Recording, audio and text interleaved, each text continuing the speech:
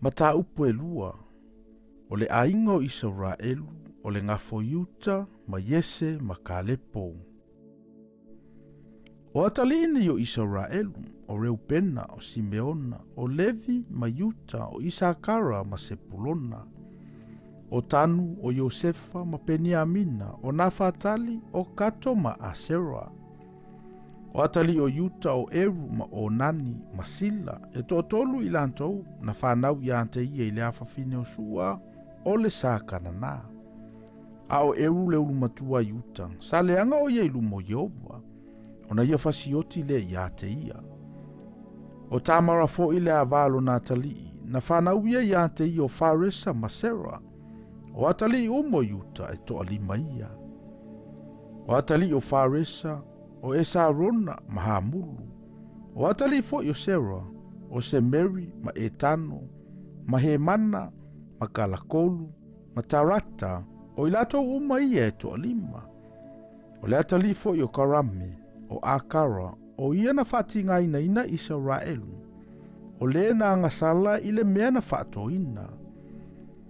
O le atali fo i o Etano, o Asaria, o atali fo i o Esarona, na whanau mai i ante ia, o Yera Maelu, ma Rama, ma Kalepo. Na whanau fo i Rama o Aminatapu, na whanau fo i Aminatapu o Nasona, o le ali isili leo le whanau ngā Yuta.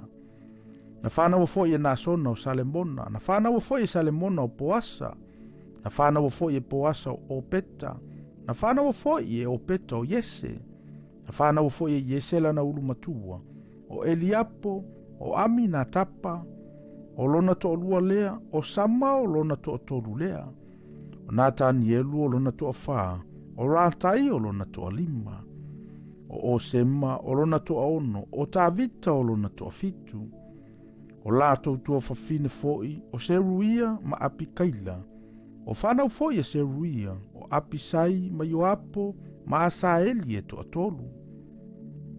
Na whanau mai foi a Apikaila o Amase, o le tamao Amase, o Yetero lea o le sa i sa maeli. Na whanau foi a antali o Kalepo le atali o Esarona, ia a sopala na vā, ma Yeriota, o ana tamaia o Yesera ma Sopapa ma Aretonu.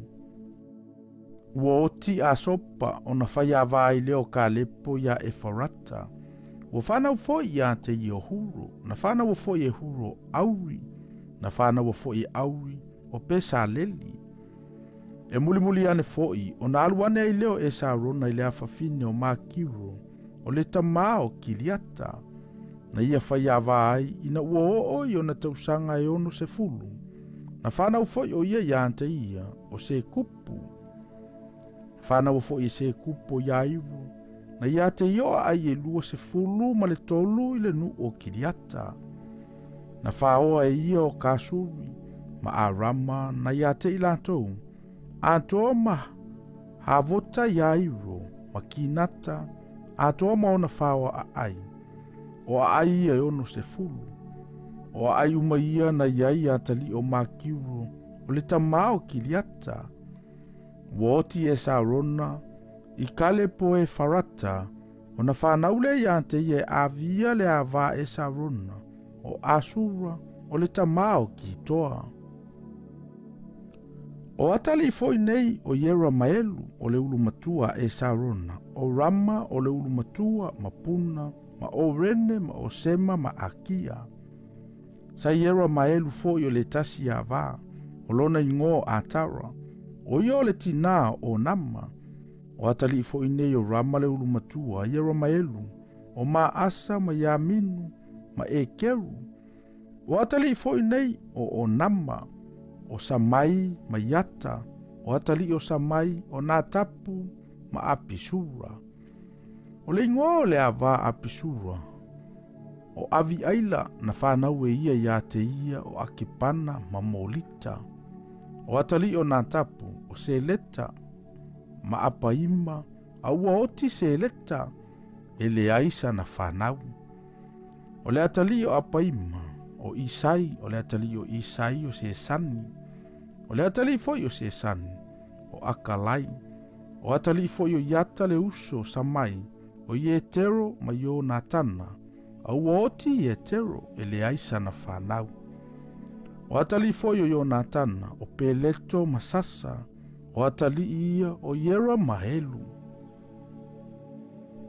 Wale aine atali o se sani, wana o afafine. O ya se sani le au na aiku pito, o lona ingoa o yara. Wa vane se sani lo na afafine ya yara lana au na e fai manava. O whanau fo ia ya te ia o atai. Na whanau e antai o nā tano, na whanau e nā tano o sapata. Na whanau fo e sapata o e falalu, na whanau e falalu o peta. Na whanau fo e o peta o yeu. Na whanau fo e yeu asaria. Na whanau fo e asaria o he lesa. Na whanau e he lesa o Eliasa.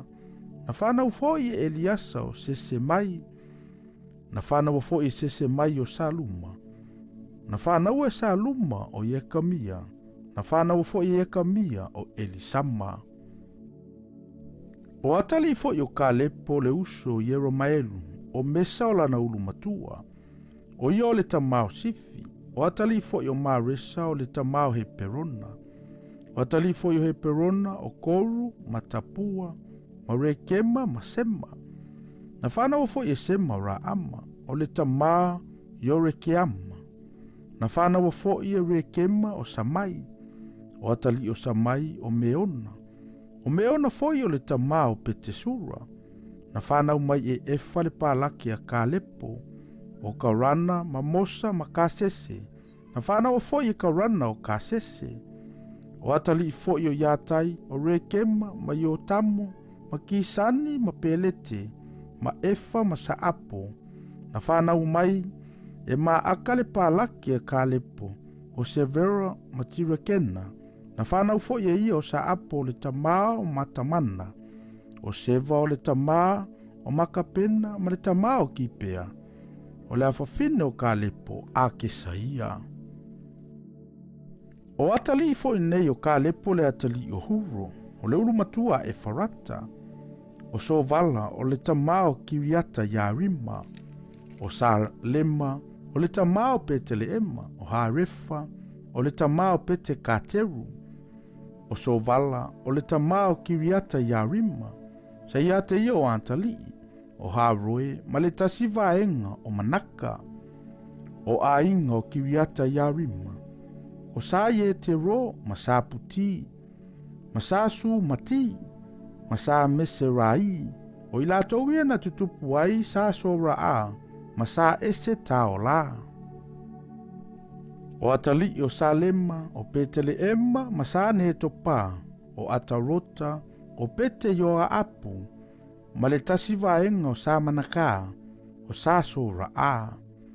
O ainga foi o e tusi upu sano nofo ya pesa, o sa tirati, o sa semaya, o sa suka, o sa keni ia na tutupu ya hamato, o le tupunga o le ainga, o rakapa.